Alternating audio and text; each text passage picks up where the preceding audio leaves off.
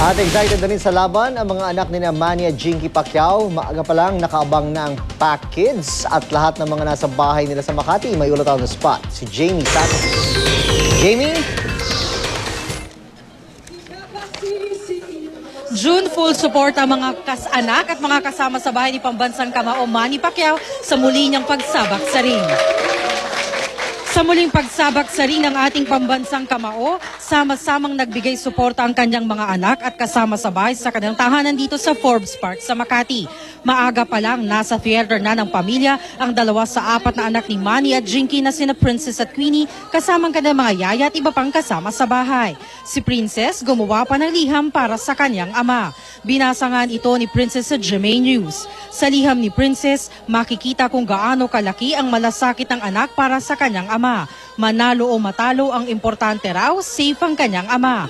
Nagbigay din ng short but sweet message ang bunso ni Manny at Jinky na si Queenie para sa ama. Buong buo raw ang tiwala at kumpiyansa ng mga kasama sa bahay ni Pambansang Kamao na muli itong makakabangon sa kanyang pagkatalo sa kanyang huling laban kay Juan Manuel Marquez.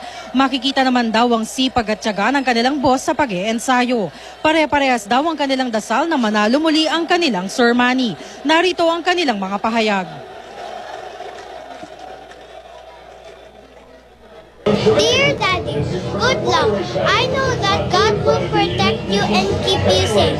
God bless and be safe. And I love you, Daddy. Medyo kinakabahan kami pero mataas yung kumpiyansa namin na mananalo si Boss Will. Oo, at saka sama-sama kami, mga tauhan niya, nagdadasal kami para sa tagumpay niya.